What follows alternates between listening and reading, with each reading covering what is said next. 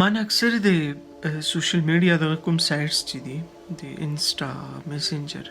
واتس اپ، دې باندې اکثر خلک پوښتنه لري چې وایي تا مینه کړې ده. زه دغه جواب خو زما هر چاته دا وي چې نه ما مینه نه ده کړې یا هغه زه سکپ کوم، ځکه د خپل ذات سره تړلې هرې خبرې چې دي نو هغه دومره په اسانتیا باندې سړی انسان نه کوي. لومبۍ خبره. دویمه خبره دا چې ما دا هم یو خبره نوٹ کړې ده، دغه زما څومره هم خواږه کتونکي چې دي، ما سره مینه لرونکي چې دي، په دوی کې دا یوه خبره ما نوٹ کړې چې دوی کله هم زما خواله راشي او څوک هم چې انسټا ته راشي میسیج وکړي نو هغوی په دویمه خبره باندې خپل د ژوند هغه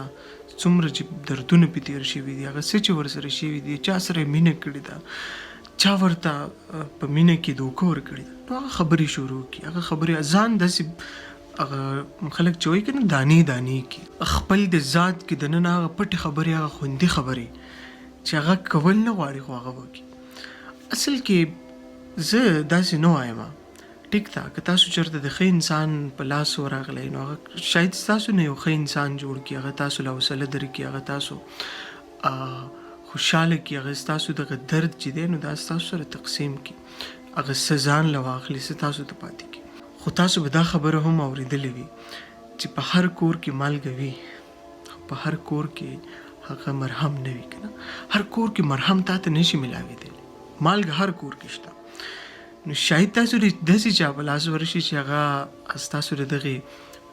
مجبورۍ نه ډېره غلطه فایده بیا تاسو بلیک میل کوي یا تاسو ته نورې مسلې جوړوي. نو زه بې حیثیتې د یو پښتون رور ستاسو، پښتون کشر ستاسو د سوشل میډیا دغه یوز کوم، نو ماته دغه لږ داسې کمی محسوسېږي چې موږ ډېر زیات په خلکو باندې یقین کوو، ډېر په اسانۍ باندې په خلکو یقین کوو. داسې په اسانۍ په خلکو یقین مه کوئ، داسې په اسانۍ د خلکو سره خپل د زړه خبرې مه شریکوئ. او زه خو اکثر وایم چې دغه د زړه خبرې چې دي پکار ده دا مونږ د خدای پاک سره وکړو، پکار ده دا مونږ د شپې ناوخته وکړو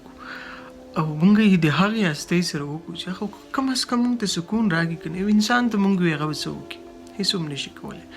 الټا